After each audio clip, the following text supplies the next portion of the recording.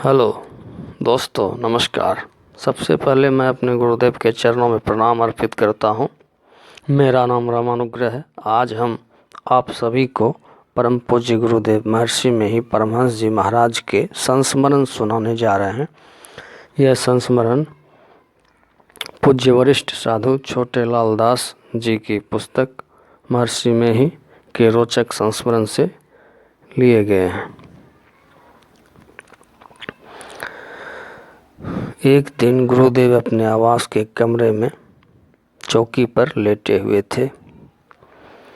उसी समय उन्हें किसी सेवा की आवश्यकता हुई और उन्होंने अपने एक निकटतम सेवक शिष्य को उसका नाम लेकर पुकारा। वे शिष्य उस जगह नहीं थे।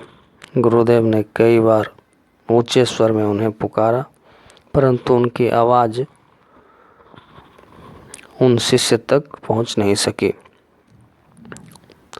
उस जगह एक अन्य आश्रमवासी थे। उन्होंने गुरुदेव की आवाज़ सुनी तो वे उन सेवक शिष्य का पता लगाने लगे कि वे कहाँ हैं। पता लगा कि छत पर बनी एक कोठरी में वे किवारी बंद कर ध्यानाभ्यास कर रहे हैं। वे आश्रमवासी छत पर गए और कोठरी की किवारी में दस्तक दी। दस्तक सुनकर वे सेवक शिष्य अभ्यास से उठे और किवारी खोली।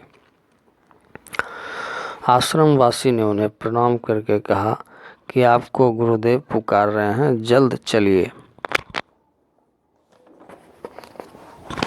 वे शिष्य हड़बड़ाए हुए गुरुदेव के पास आए और चरणों में प्रणाम निवेदित किया।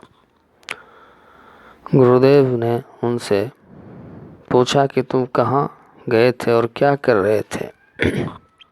सेवक शिष्य ने कहा कि स्नान करके छत की कोठरी में ध्यानाभ्यास कर रहा था। गुरुदेव करकती हुई आवाज़ में बोले, गुरु सेवा छोड़कर कितना भी ध्यान करोगे, नहीं होगा, नहीं होगा, नहीं होगा। यह सुनकर सेवक शिष्य को बड़ा ज्ञान हुआ। वे अब सेवा में विशेष सावधान और तत्पर होकर रहने लगे। किसी कार्यवश गुरुदेव के पास से उन्हें यदि हटना पड़ता था तो वे दूसरे किन्हीं गुरु भाई को गुरुदेव के पास बैठने को कहा जाते थे। इस संस्मरण से हमें शिक्षा मिलती है कि गुरु की प्रसन्नता के बिना कुछ नहीं होता है। संत सतगुरु की कृपा के बिना कोई भी शिष्य जीवन में उन्नति नहीं कर सकता। साधना में उसकी चढ़ाई नहीं हो सकती। इसलिए सेवा के द्वारा गुरु को सदैव प्रसन्न करने का प्रयत्न करते रहना चाहिए। गुरु की सेवा के लिए यदि सत्संग, ध्यानाभ्यास, स्वाध्याय, अपनी शारीरिक सुख सुविधा भी छोड़ना पड़े तो छोड़ देनी चाहिए।